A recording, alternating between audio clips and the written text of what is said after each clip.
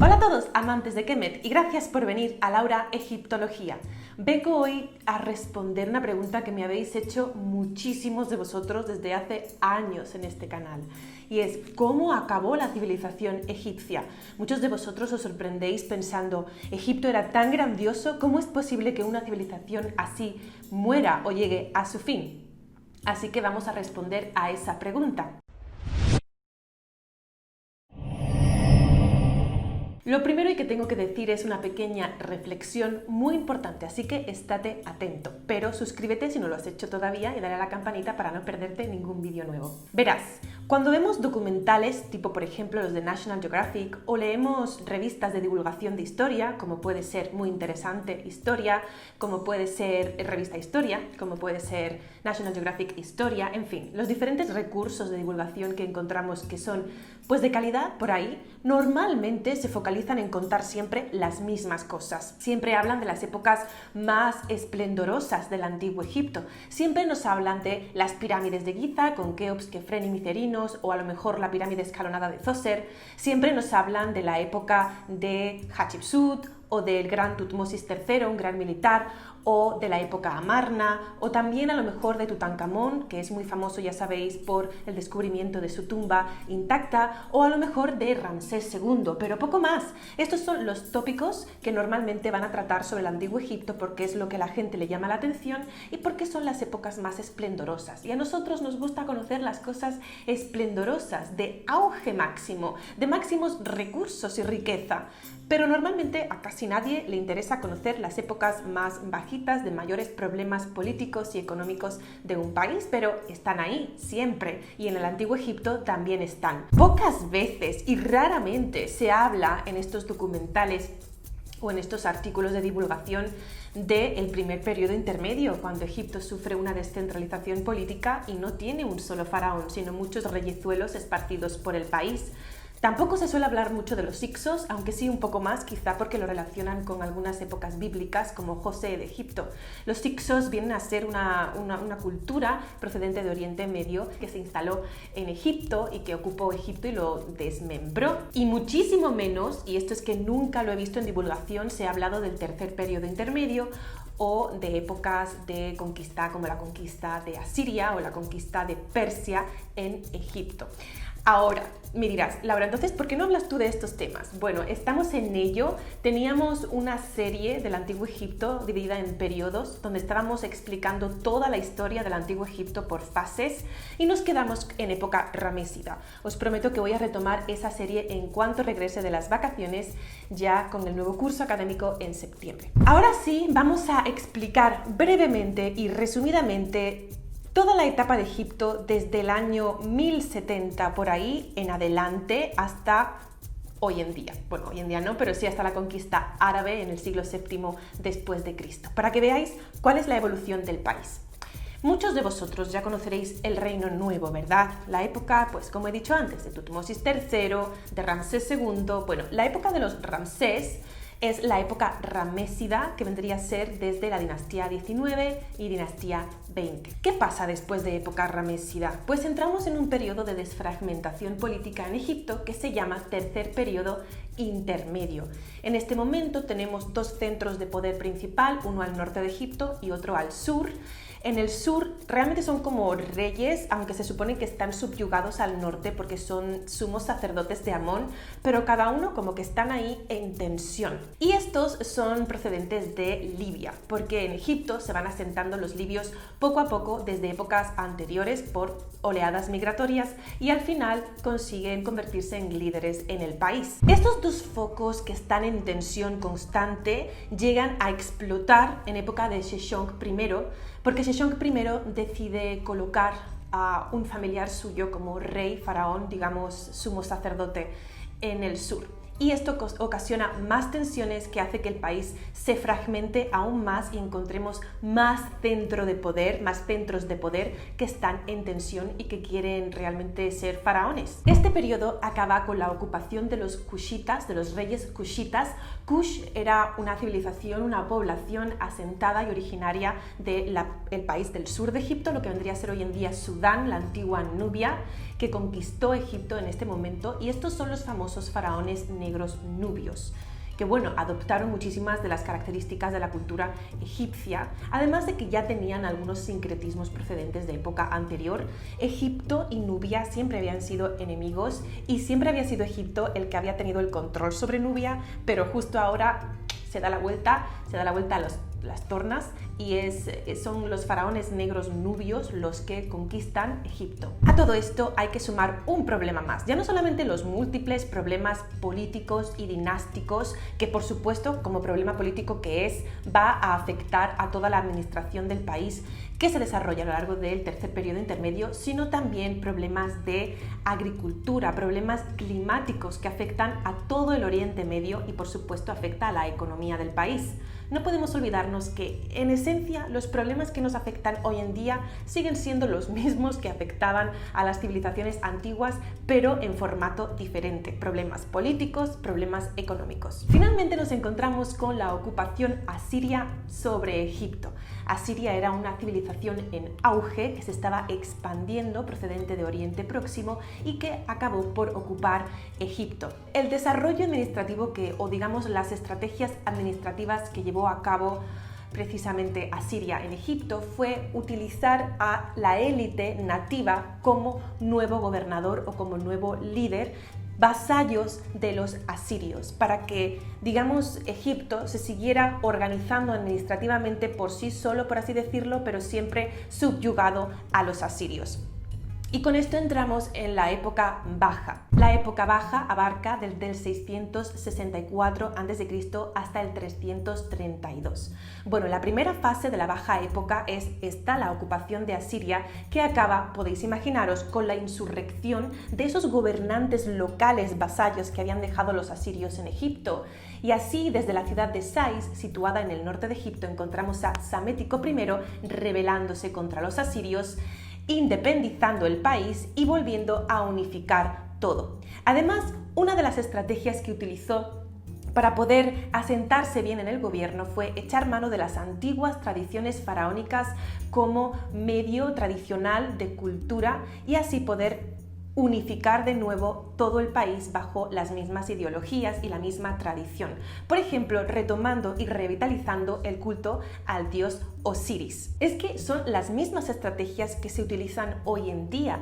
Normalmente cuando tenemos un problema de desfragmentación política en un país, y puedes además analizar tu propio país porque seguramente le pasará de vez en cuando esto, y muchas veces, lo que hacen los políticos, o digamos una rama de la política que suele ser la más tradicional, es recurrir a las tradiciones culturales para hacer al pueblo sentirse unificado, ¿no?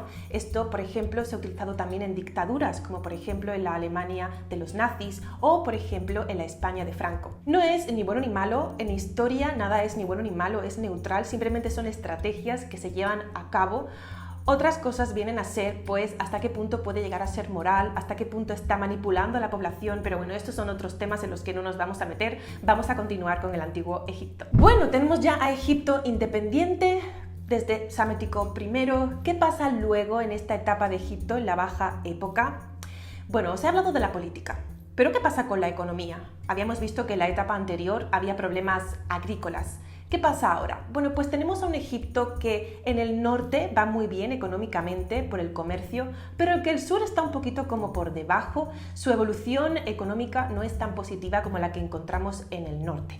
Pero imagínate, ¿no? En el norte de Egipto, donde tenemos las costas egipcias en el Mediterráneo, encontramos que esa prosperidad económica atrae a comerciantes. ¿Y cuáles eran de los comerciantes más habilidosos en este momento en el Mediterráneo? Pues los griegos. Los griegos y los carios se sienten atraídos hacia Egipto para desarrollar su economía a través del comercio. Incluso podemos encontrar las primeras ciudades colonas por la zona procedente de Grecia. Los griegos, siempre dispuestos a evolucionar económicamente, también empezaron a funcionar como mercenarios para la corona egipcia. Y en todo este contexto encontramos a otro gigante que empieza a surgir en el Oriente Próximo, los persas. Los persas, que focalizan en esa expansión militar y que tantos problemas ocasionó, pues por ejemplo a los griegos, pero también a los egipcios. Así que con Cambises, que puso su foco en Egipto, este país, nuestro país querido Kemet, cae bajo el gobierno de los persas. Qué de cosas, ¿verdad? Imagínate leer esto en una revista de divulgación. Podría ser un poco lioso para la gente y a lo mejor también por eso no se divulga tanto esta época, porque es muy convulsa y no es tan atractiva. Al fin y al cabo, la divulgación pretende llegar a la máxima población posible. Pero bueno, vamos a seguir. ¿Qué nos encontramos finalmente? Hay un pequeño periodo de unos 40 años o así de independencia por parte de los egipcios, pero ¿quién fue el mayor enemigo de los persas? Alejandro Magno. Y Alejandro Magno, como un jovencito que era, llegó hasta Egipto y lo conquistó en el año 332 a.C. A su muerte se instaura una dinastía lágida, también conocida como tolemaica, pues procedente desde el general que ocupó y que reinó en Egipto después de la muerte de Alejandro Magno, Ptolomeo I, y el resto de Ptolomeos, por eso se llama dinastía tolemaica, hasta Cleopatra VII. Esta es la época helenística egipcia, también conocida como la época tolemaica, de la que os he hablado un poquito anteriormente en vídeos como el vídeo sobre filosofía de esta época, más que nada sobre los gnósticos, los neoplatónicos. Siempre os hablo un poquito de esta época. Es una época que no es decadente, tenéis que entenderme. Esta época es muy próspera, no solamente económicamente, sino culturalmente. En este momento surge una explosión de interés intelectual y cultural. Se mezcla el desarrollo de los sacerdotes egipcios con los filósofos griegos. Imaginaos qué explosión.